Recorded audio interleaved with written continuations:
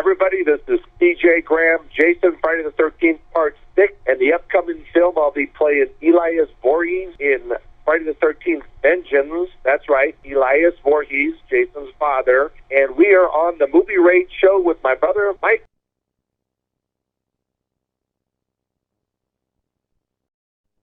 It's time for the movie rating. Tonight's victim is actor C.J. Graham, Jason Voorhees from Friday the 13th Jason, as well as Friday the 13th Vengeance as Elias Voorhees. Hello. Excited about talking to you about the Movie Rage Show. I'm kind of excited to talk a little bit about maybe the fan film Friday the 13th Vengeance. Just got off set, got an opportunity to work with Jason Brooks and Jeremy Brown, and also Tom McLaughlin, writer, director of Part 6. That's very awesome. And tell us a little bit more on Elias Voorhees, the fact that this is the father of Jason Voorhees, and as well as working with Jason Brooks being Jason Voorhees in this film. Well, I think the interesting thing is it was nice of them, Jeremy Brown and Jason Brooks, to approach me on this. You know, Elias Voorhees has never been in the actual film. There's been conversations about him. Of course, you go back to some of the comic books. So it was kind of nice to create a figure that had been in the background but never in the foreground. So with that, Elias Voorhees has now stepped out of the shadows. There is several kills that Elias Voorhees does in retaliation to protect his son Jason. And the fun thing is I got to work with Jason Brooks, and him and I got to square off in one scene, and I'll leave that as a teaser, kind of like a Father Knows Best scene, and I'll let you pick it up from there. Very nice. Now, have you always ever thought about Elias himself while you were Jason yourself? Did you ever think that maybe, or did you think this could be a kind of a effective, a little bit too taboo, a little bit too close to home to maybe change the whole aspect of Friday the 13th? I think, you know, Friday the 13th itself has become an iconic image over the several decades, and I think it's nice to have a twist. And if you look at all of these series that have been extremely successful, and I'm not just talking about the Harry Potters and the horror films, I'm talking about series, there's always a twist as you get 2-3 seasons down the pike. In this case, 2-3 decades down the pike, and it's nice to put a twisted sense as to the DNA behind Jason. Yeah, with the fact that this character is like so taboo that, you know, some people didn't even want to like either touch upon it or didn't feel the need to do it. I mean, I love mystery, I really do, in a lot of these characters, especially Jason Voorhees. But with this particular film, Friday the 13th Vengeance, I think this is going to be touching a little bit in depth, a little bit more in a personal note. And not only that, I don't think it's going to ruin anything, in my opinion. I don't think it's going to like ruin the character or the aspect of the whole thing. I think this is going to be a new chapter or something, a new taste with an old formula. I think you're right. I think Jeremy Brown has done a good job of sensitivity that the principal is Jason, but there's always an opportunity to fall back on how did Jason become who he is. Yes, he had a mother, but he also had a father. And with that, touching upon the sensitivity and not overkilling, no pun intended, where the father becomes a principal in it, but for him to fall back on some sensitivity that his father had taught him, I think it would be a nice twist outside just the camp counselor mentality. Yeah, and every time that, you know, Vengeance keeps releasing like bits and pieces of what we are allowed to see, it does seem like this story is something more to relate to the actual Friday the 13th saga. And do you think that, you know, this is more of a like an attention grabber for even studios to look upon this film itself, saying, hey, this should have been part of the sequels itself? Two answers to that. Number one, unfortunately, it's been 10 years, and our fan base has been extremely loyal over that decade waiting. And so I'm hoping that the major studios take a look at how this is received so positively, and it gives them an opportunity to get out there and say, you know what, we've got to get this moving forward. We owe it to the people that have been so loyal to us since 1980 to move forward with a positive role of Jason as a character. If you go back, Jason was just an actor, a stuntman, and as the years have progressed, about 1986, when I did Jason Lives, if you look at it, Jason became the principal in the film. It was originally about the camp, it was originally about the counselors, but all of a sudden this hockey mask took front and center. And so now we're decades into it where worldwide everybody knows that hockey mask. And there's been a lot of great actresses and actors that have had the opportunity to work on Friday the 13th, and I think bringing Elias Voorhees into the mix just creates a little more eeriness about the whole concept. Jeremy Brown, the writer-producer, had originally conceived the idea that Elias Voorhees would just be a gray, shadowy figure in the background. However, the fans fans are the ones that really got engaged and involved, where all of a sudden I went from a 2-3 day shoot to a couple weeks of shooting, and instead of just being there, started actually killing a few people with my son Jason. So the fans are the ones that got the Elias Voorhees bugged, and we're hoping that just becomes, a piece of the Jason as he goes forward. Oh, I totally agree. And Jason Lives, I think, in my opinion, with Jason Lives, I think Jason has a more better sculpted as a character with this particular film, because you see him like better instincts in terms of killing. You see him, he's more brutal. You see he's a heck of a lot smarter compared to the victims themselves. And you see a little bit of curiosity, like the scene with the RV. Like you see him, the two teenagers about to fornicate, and then he's like, what's that all about? And then, or particularly the scene where he goes in the girls' cabin, the little girls, and he's looking at the kid like he doesn't know what to do here. And I think that's true. I mean, the main thing, Jason has never as a character harmed a child. Himself being a child that was harmed, I think he's got that sixth sense to have a protective nature for children. However, the people that did him wrong, he has a revengeful pattern of retaliation, and I think that's kind of where this has gone. As far as the Elias Voorhees, it's going to be an interesting character, because Jason Brooks, who plays the Jason in Vengeance, and I are a very similar size, and the photographer on set, per Jeremy Brown's instructions, had us stand side by side facing off, kind of like a WWF fighters, and we were both in full wardrobe, and of course there's a light behind us, and it's a pretty eerie looking photo. It also just happens that at night, one night, we had a full moon with a clear sky, and Jeremy himself used his personal phone and a flashlight to get a great photo of Elias Voorhees' full wardrobe with, 3 months worth of beard and this long stringy hair, and of course this trench leather coat that they have me wearing. And it's a pretty great photo that Jeremy Brown himself came up with. What are your thoughts on the fact that you yourself have been Jason Voorhees? Not only that, you worked with another Jason Voorhees, which was the late great Steve Dash, and now you're working with what I call a new age Jason Voorhees. And the fact is, he looks like he's doing really well playing this character as well. Can you give your insights a little bit between Jason Brooks' style and then having to work with Steve Dash within the brief moments that you did have? Let's remember that Steve Dash has told everybody that if he knew today what he knew back then, none of us would have had a job, because he'd have played Jason all the way through. And that's a quote with a couple big words in there that Steve liked to use. So with the secondary question as far as Jason Brooks, I look at Jason going back kind of as Richard, and in part 3, he was very charismatic. He worked very well in the wardrobe. Jason Brooks himself, we've had a few conversations, because he has asked a little bit of advice here and there, because he doesn't want to do wrong to the character. He doesn't want to step into a role that myself, Ken, Kane, Derek, or any of us have done, and to do shame to the part because of the character. So he's been very well informed, inquisitive, asking questions, to include when he goes out to do these conventions to promote the movie, how he approaches even our youngest fans of 5, 6, 7 years old to those that are in their 70s. So I think the nice thing about Jason is he's looked back as Richard Brooks and Ted White, seeing how everybody has played the part, and used them as role models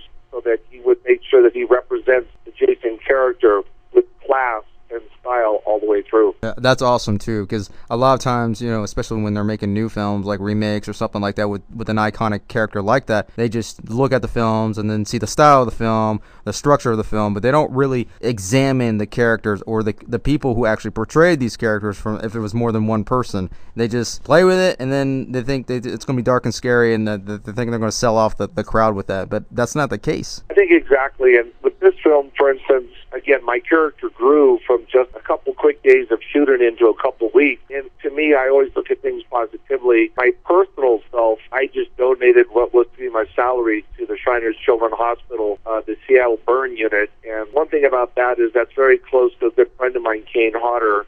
With him having his terrible ordeal many years ago from a bad stunt, where the burn unit is something that's close to his heart also. Yeah, I'm glad that he's still kicking, and the fact that he's still supporting everything that he still believes in, as well as the Jason Voorhees character, yourself, and everybody else involvement. So really good stuff. But when it comes to these with the passive of horror films in the last couple of years, do you think that horror has gone to almost like an intervention on trying to reinvent horror? I don't know if it's a reinvention. I think what's happened, Mike, over the past 10 years with technology, IT, high definition, Wi-Fi, camera coverage, it's become much more accessible to a larger group, a larger foundation. And I think if you start talking about Friday the 13th at an open conversation, you probably will be surprised how many people are hard closet people that will say, I love Friday the 13th, but they don't have a normal conversation about it until somebody in the group says, I grew up on Friday the 13th. So I think what occurred is the platform, the media, the social media platform has become so easily accessible for a larger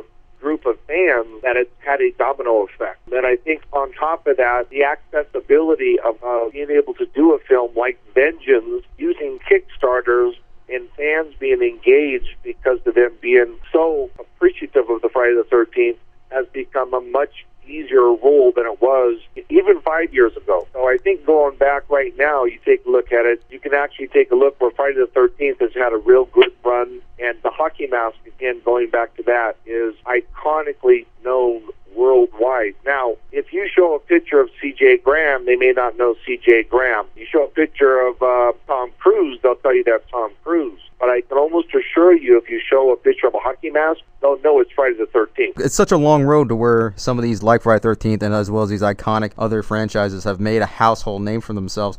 But speaking of which, how would you define between the difference of a cult following and a horror trend? Well, I think the words following and trend have two different meanings. A trend is a 10-year venue, something's going to happen, kind of like ripped jeans in the 80s was a trend. Well, it's back. Now, a cult following is something that's been there, never left, but again, it's gotten on a broader scale, as I said, with the social media. I think the Friday the 13th carries both of those tendencies. I think along with the fact that the Friday the 13th itself, anybody can play Jason because of the hockey mask. It doesn't matter if you're tall, medium, purple, green, or blue. You put a hockey mask on and you can be Jason. And I think that's the attraction for the masses. You know, you don't have to be anything spectacular, a brainiac, or special. Put a hockey mask on and you can go into cosplay of who you want to be as Jason. And again, Jason has never had malice to young people, so that's a very positive. And Jason has only had malice to people that did him wrong. Again, I think that's just proven a point that Jason has carried over generation to generation. And I've had people that are in 3 generations come up to me to take photographs, and I mean people that are 7 years old, people that are 25 years old, and then the grandparent who's in their 60s. All at the same time. The Jason concept, the Halloween concept, Freddy Krueger and Leatherface have the iconic generational concept for generations, decades, that they have had a popularity and will continue to be.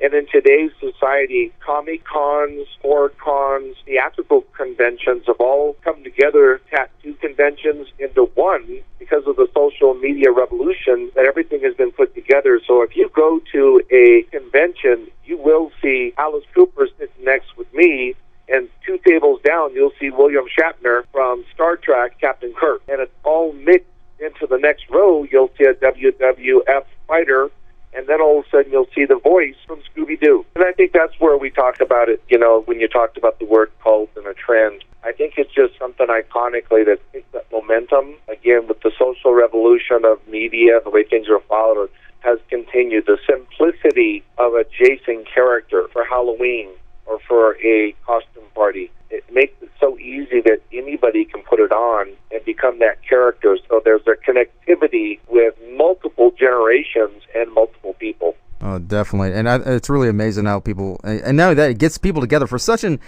that's like so horrific, terrifying in the cinema. Everybody's getting together, playing as these characters, and just having a good, fun time. It is true. And if you take a look how well the video game, it's just amazing. Again, another generation coming through with technology advancing as it has become, that there's another room of engagement of people that are now into the video games and now would have never known about the Jason or the Friday the 13th if it hadn't been for that genre to come together. We got a couple submitted fan questions if you got some time. Sure, let's do it. This one is, believe it or not, is Sean Lutzis. And he says, what the hell happened to the Raiders in London last year? Well, see, I'm a loyalist or a cult follower of the Raiders, and that's what Sean is saying. And, Sean probably is thinking about those screaming chickens up there in Seattle and doesn't understand that the silver and the black and the white, they look good no matter how they look, and that no matter what, Ken Stabler will always be number one. So I think that might be that Sean guy up in Seattle always talking about the hawk or the seabirds, whatever they're called, and I just wish him the best in the future. And this one is from Kelvin Mercer, and he says, how different will your portrayal as Elias Voorhees be compared to Jason Part 6? There will be a similar feature structurally, obviously, which I think is the real good character about Jason Brooks and myself. I think secondarily is the momentum and the walk of the character has that resonation going back to Part 6 all the way.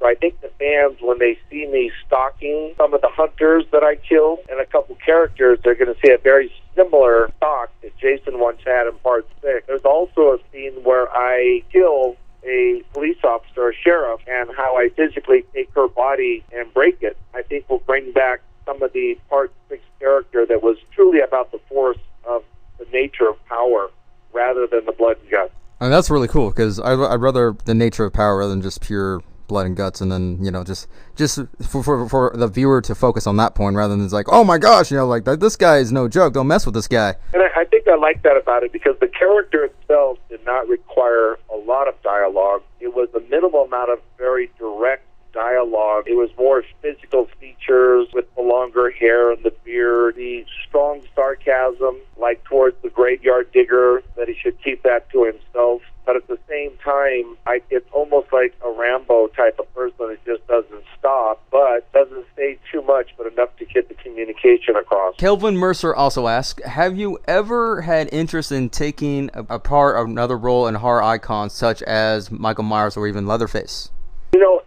Back in the 80s, there wasn't really a lot of work for big actors, actresses that are stunt people like my size, give or take 6'3", 250. In those days, I wish there would have been a market where somebody represented people as they do today, because I would have loved, even at those days, to step into the wardrobe of a Leatherface or a Michael Myers to continue the genre of being able to play a villain, always a bad villain. To me, being a principal and being sane, well-known is great, but at the same time, there's so much work for the right person that can characterize a villain. And if that means you've got horns or red eyes or just the majestic size that can be added to, that would have been a great opportunity. I think in today's era, there's more opportunity for larger people, but you have to remember back then, with all due respect to Sylvester Stallone, I think he's 5'11".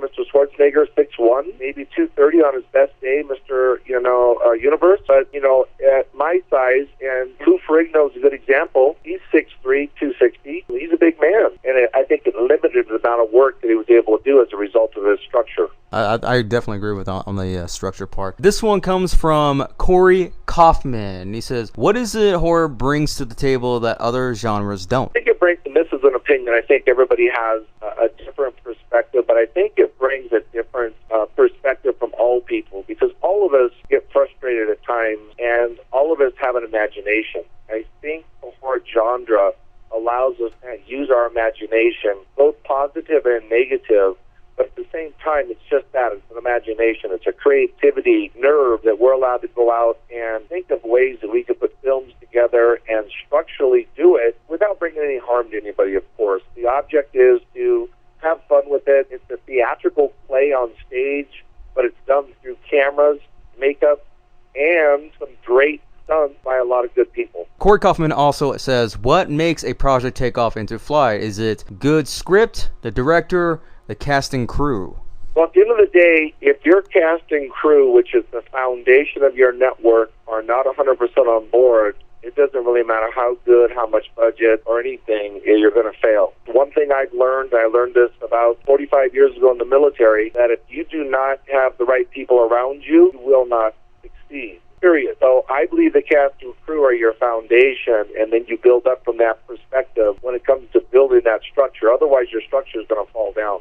Well, go ahead and plug in anything that you want to plug in, your website, anything that you are going to be about to release, or even conventions, signings, and so forth. Right now, I've got, May 3rd, 4th, and 5th, I'll be up at Crypticon, right across from the Tech Airport at the DoubleTree Inn. The Vengeance crew will be there promoting, of course, the Vengeance film. But I'm excited about that just because, you know, I grew up in Seattle. I left about 45 years ago when I went in the military. So it's always nice to go home and just kind of see the territory. You know, and then right after that, I'll be doing the Galaxy Con in Richmond with Alice Cooper. That's May 31st, June 1st, and 2nd. Alice Cooper and I will be there together.